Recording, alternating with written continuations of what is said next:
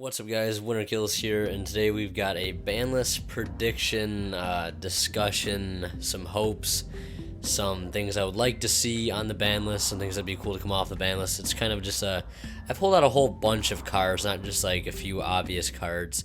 I pulled out a whole bunch of cards that I thought, maybe this could get hit, or it'd be nice if it was hit, or it would be possible for this to come back, etc., etc. And hopefully this will be a continuing trend. I would love to be doing more discussion videos on my channel. As far as Yu-Gi-Oh content goes, I feel like I don't post enough of that, and I'm just kind of spamming you guys with feature matches and dual videos and deck profiles, and I'm just trying to, give a variety. And there'll still be obviously matches, but I'd like to incorporate this as more, as well as just more stuff on DN in general. So yeah. Basically, we're going to be talking about cards that need to get hit, or I think that should get hit, cards that should be hit more, or cards that could come back, or yeah, stuff like that.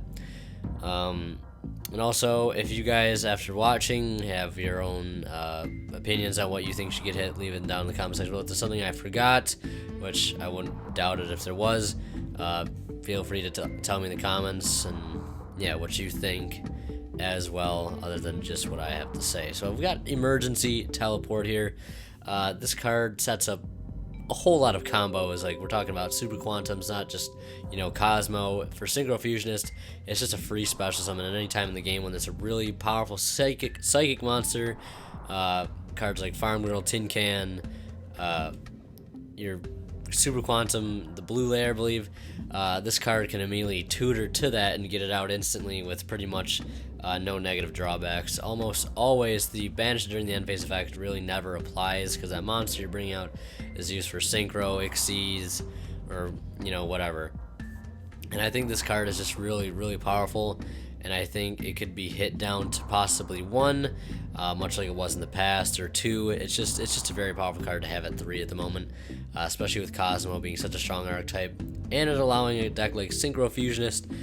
Even though I do really like that deck, the plays it can make are really, really stupid, and it also does help out Super Quantums and help them make it more consistent for them to bring out the Towers 2.0, the better Towers. Obviously, makes Towers look like, a normal monster, which is why I have Towers on this list, and we'll talk about Towers later.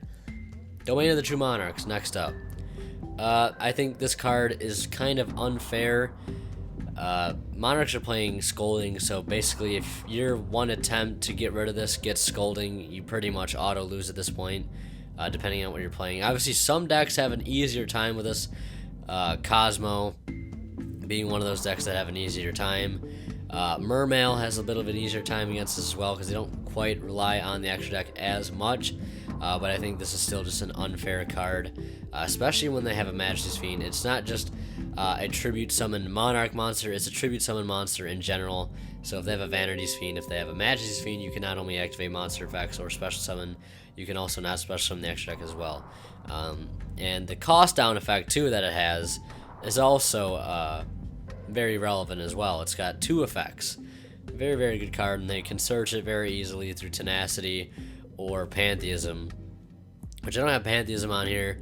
I think that card is okay. It just allows for consistency to get this card out. I don't know if you guys think Pantheism should be hit as well. Like I said, let me know in the comments.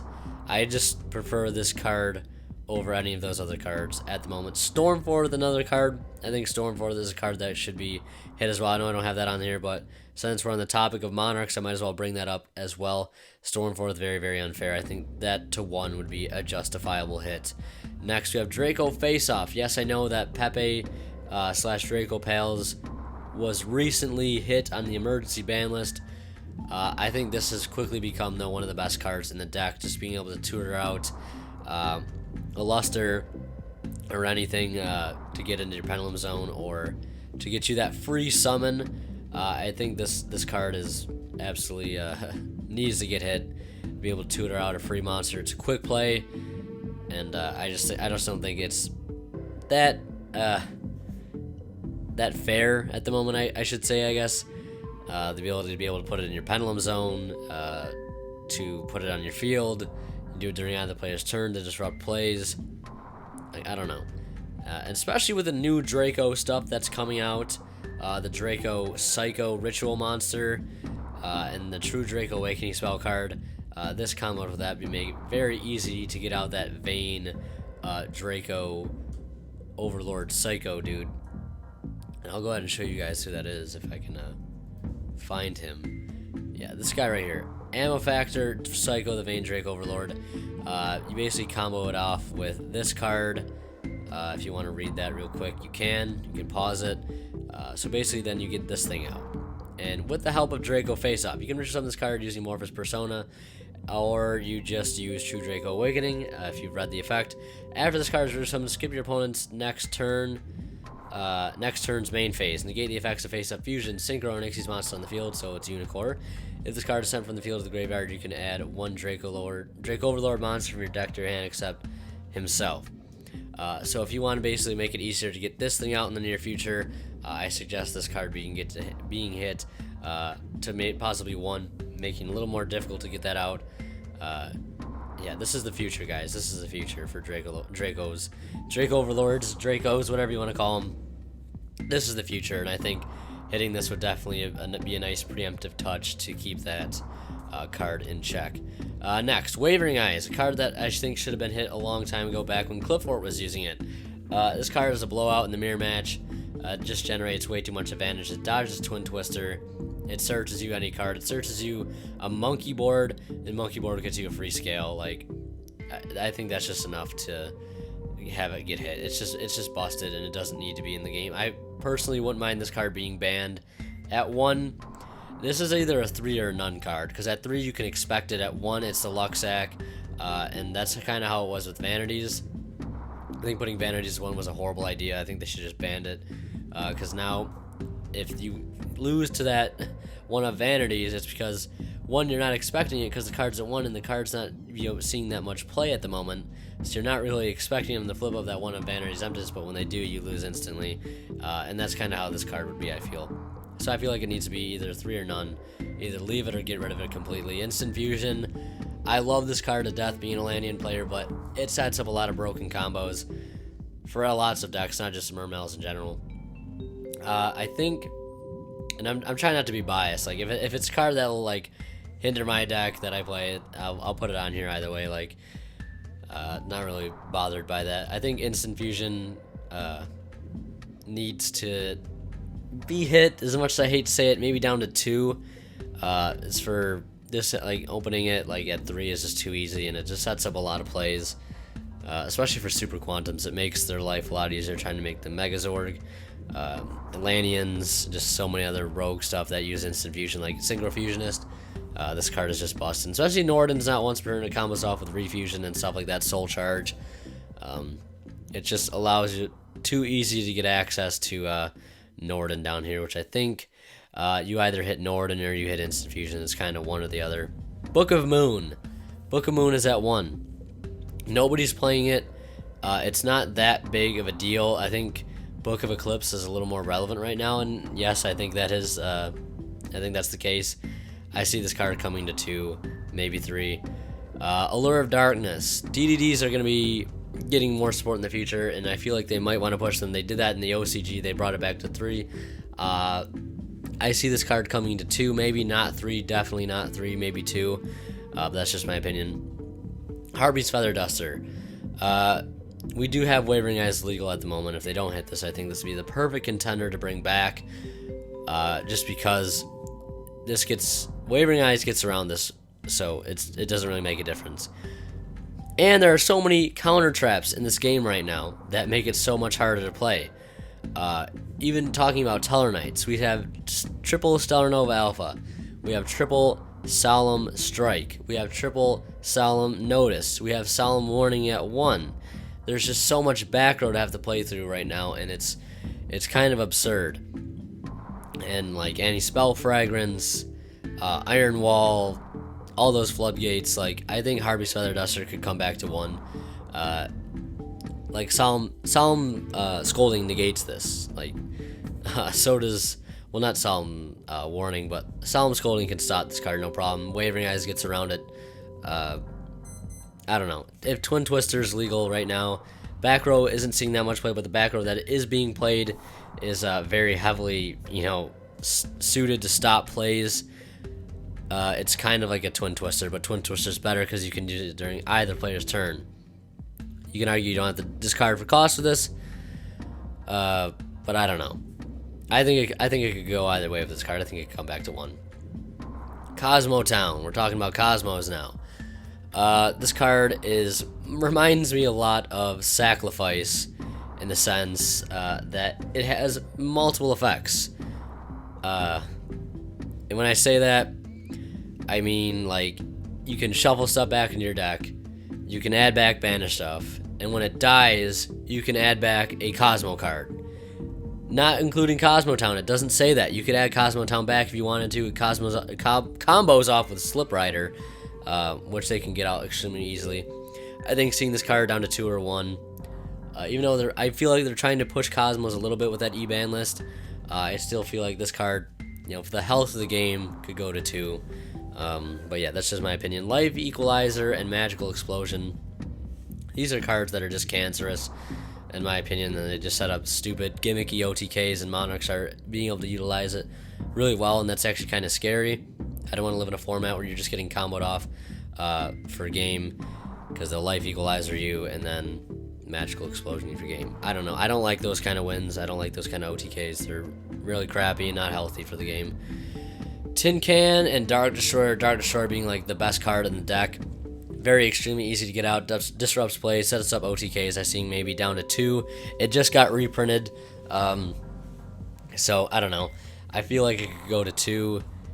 Tin Can is actually spiking up in price. You can see the high is 30, average is 9, low is 7. A couple weeks ago, I think the high price was like $5. It's spiked up a whole lot. That in Cosmojo is like $25 a piece right now.